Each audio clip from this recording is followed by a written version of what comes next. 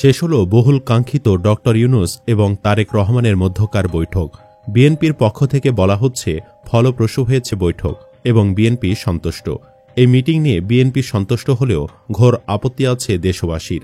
এমনকি অনেক বিএনপি সমর্থকরাও এই বৈঠকের গেস্টদের নিয়ে প্রশ্ন তুলেছেন। বিশেষ করে গুরুত্বপূর্ণ এই মিটিংয়ে আমির খসরু মাহমুদের উপস্থিতি মেনে নিতে পারছে না নেটিজেনরা। বলা হচ্ছে ভারতের কাছে তথ্য পাচার করতেই নাকি আমির খসরু সেখানে গিয়েছেন। আমির খসরু কি আসলে রয় এর এজেন্ট? কেন তাকে নিয়ে এত সন্দেহ? দুই নেতার বৈঠকে কি আলোচনা হলো? চলুন বিস্তারিত জেনে নেওয়া যাক। প্রধান উপদেষ্টা ডক্টর মোহাম্মদ ইউনূসের সঙ্গে বিএনপির ভারপ্রাপ্ত চেয়ারম্যান তারেক রহমানের বৈঠক অনুষ্ঠিত হয়েছে।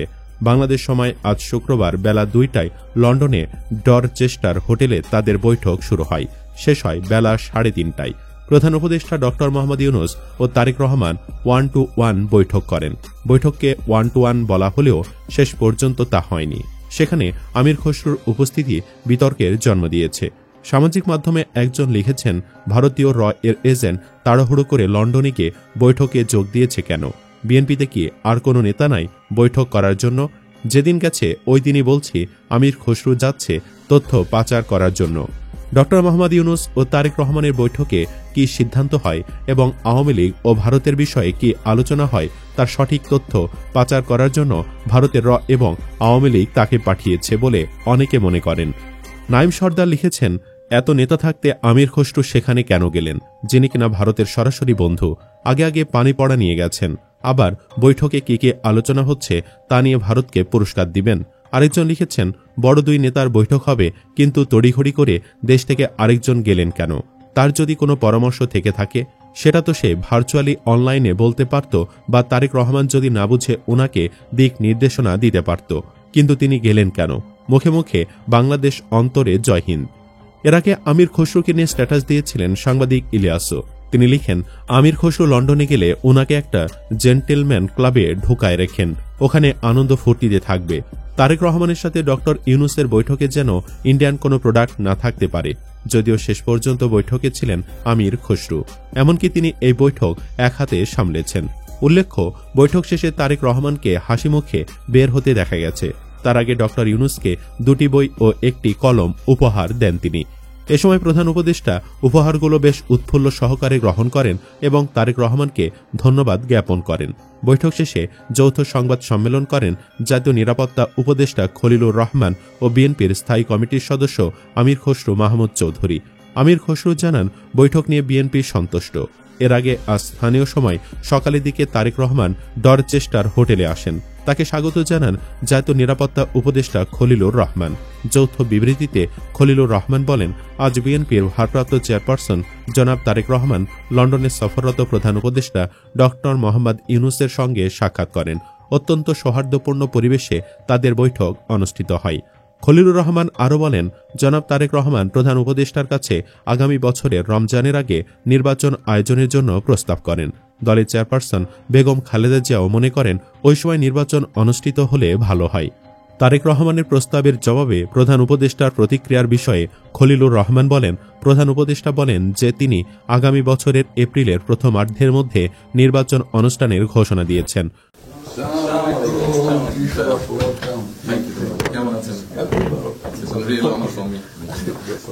সব প্রস্তুতি সম্পন্ন করা গেলে 2026 সালের রমজানের শুরু হওয়ার আগের সপ্তাহেও নির্বাচন আয়োজন করা যেতে পারে। সেক্ষেত্রে সেই সময়ের মধ্যে সংস্কার ও বিচারের বিষয়ে পর্যাপ্ত অগ্রগতি অর্জনের প্রয়োজন হবে। খলিলুর রহমান বলেন, জনাব তারেক রহমান প্রধান উপদেষ্টার এই অবস্থানকে স্বাগত জানান এবং দলের পক্ষ থেকে তাকে ধন্যবাদ জ্ঞাপন করেন। প্রধান উপদেষ্টাও জনাব তারেক রহমানকে ফলপ্রসূ আলোচনার জন্য ধন্যবাদ জানান। উল্লেখ্য, তারেক রহমান প্রধান উপদেষ্টার কাছে আগামী বছরের রমজানের আগে নির্বাচন আয়োজনের জন্য প্রস্তাব করেন। দলের চেয়ারপারসন বেগম খালেদা জিয়াও মনে করেন ওই সময় নির্বাচন অনুষ্ঠিত হলে ভালো হয়। প্রধান উপদেষ্টা বলেন যে তিনি আগামী বছরের এপ্রিলের প্রথমার্ধের মধ্যে নির্বাচন অনুষ্ঠানের ঘোষণা দিয়েছেন। সকল প্রস্তুতি সম্পন্ন করা গেলে 2026 সালের রমজান শুরু হওয়ার আগের সপ্তাহেও নির্বাচন আয়োজন করা যেতে পারে।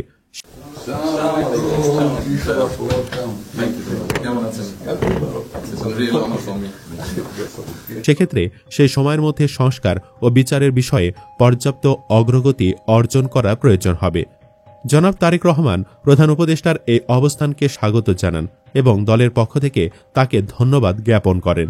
প্রধান উপদেষ্টাও জনাব তারেক রহমানকে ফলপ্রসূ আলোচনার জন্য ধন্যবাদ জানান। এদিকে ডক্টর ইউনূস ও তারেক রহমানের মধ্যে এই বৈঠক নিয়ে সোশ্যাল মিডিয়ায় একটি স্ট্যাটাস দিয়েছেন বিএনপি চেয়ারপারসন ও সাবেক প্রধানমন্ত্রী খালেদা জিয়ার সাবেক প্রেস সচিব সাংবাদিক মারুফ কামাল খান। ডক্টর ইউনূস ও তারেক রহমানের বৈঠক শেষ হওয়ার পর বিকাল 4টা 4 মিনিটে নিজের ভেরিফাইড আইডিতে মারুফ কামাল লিখেন, সমঝোতা হয়ে গেছে লন্ডন বৈঠকে।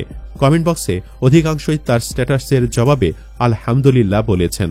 কেউ কেউ বলেছেন, ইনশাআল্লাহ সুন্দর আগামীর বাংলাদেশ দেখব। তবে নির্বাচনের দিনক্ষণের বাহিরে আর কোনো বিষয়ে সমঝোতা হয়েছে কিনা সে বিষয়ে কিছু লেখেননি তিনি। এর আগে বিএনপির ভারপ্রাপ্ত চেয়ারম্যান তারেক রহমান হোটেলে পৌঁছালে প্রধান উপদেষ্টা তার সঙ্গে প্রথমে কুশল বিনিময় করেন। সে সময় ওয়েলকাম বলে ডক্টর ইউনূস তারেক রহমানের সঙ্গে হ্যান্ডশেক করেন। বিএনপি মিডিয়া সেল সেই মুহূর্তের একটি ভিডিও ক্লিপ প্রকাশ করেছে।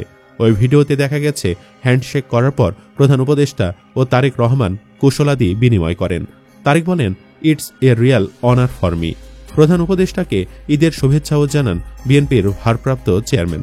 এ সময় বিএনপির স্থায়ী কমিটির সদস্য আমির খসরু মাহমুদ চৌধুরী সহ আরও অনেকে তারেক রহমানের সঙ্গে ছিলেন। তারেক রহমান প্রধান উপদেষ্টার সঙ্গে সবার পরিচয় করিয়ে দেন। সে সময় ডক্টর ইউনূস সবার সঙ্গে হ্যান্ডশেক করেন। তারেক প্রধান উপদেষ্টার স্বাস্থ্যের খোঁজ খবর নেন, জানতে চান শরীর কেমন আছে। উত্তরে প্রধান উপদেষ্টা ডক্টর মোহাম্মদ ইউনূস জানান, চলছে টেনে টুনে। এ সময় তারেক রহমান বিএনপি চেয়ারপারসন খালেদা জিয়ার সালাম পৌঁছে দেন প্রধান উপদেষ্টার কাছে। বলেন, আম্মা সালাম জানিয়েছেন। ধন্যবাদ জ্ঞাপন করে প্রধান উপদেষ্টা বলেন, ওনাকেও আমার সালাম দেবেন। ভিডিও ক্লিপে এ সময় তাদের লন্ডনের আবহাওয়া নিয়েও কথা বলতে শোনা যায়। প্রধান উপদেষ্টা বলেন, আবহাওয়াটা খুব ভালো। যে কদিন আমি এখানে আছি আবহাওয়া বেশ প্লেজেন্ট, খুবই এনজয় করলাম। সামনে পার্ক। তারেক রহমান জানতে চান প্রধান উপদেষ্টা পার্কে হাঁটতে গিয়েছিলেন কিনা। উত্তরে উপদেষ্টা জানান, এখানে পরিবেশ খুব ভালো, হাঁটার অনেক জায়গা। কুশল বিনিময়ের পর ডক্টর ইউনূস তারেক রহমানের সঙ্গে একান্ত বৈঠকে বসেন। বৈঠক ঘিরে প্রধান উপদেষ্টার আবাসস্থল ডোরচেস্টারের সামনে বিএনপির নেতাকর্মীরা অবস্থান করছেন। তাদের হাতে বিভিন্ন ব্যানার ফেস্টুন দেখা গেছে। সুপ্রিয় দর্শক, অনেকে বলছেন বিএনপির চাপে ইউনূস সরকারের নির্বাচনের তারিখ নিয়ে একটু বেশি তাড়াহুড়ো করে ফেললেন, কারণ সংস্কার নিয়ে এখনও দৃশ্যমান কিছুই দেখা যায়নি। আপনি কি মনে করেন, আগামী রমজানের আগে নির্বাচন কি সঠিক সময়? কমেন্ট বক্সে ইয়েস বা নো লিখে জানিয়ে দিন আপনার মতামত। ভিডিও ভালো লাগলে লাইক দিন এবং শেয়ার করুন, আর অবশ্যই চ্যানেলটি সাবস্ক্রাইব করুন। ধন্যবাদ।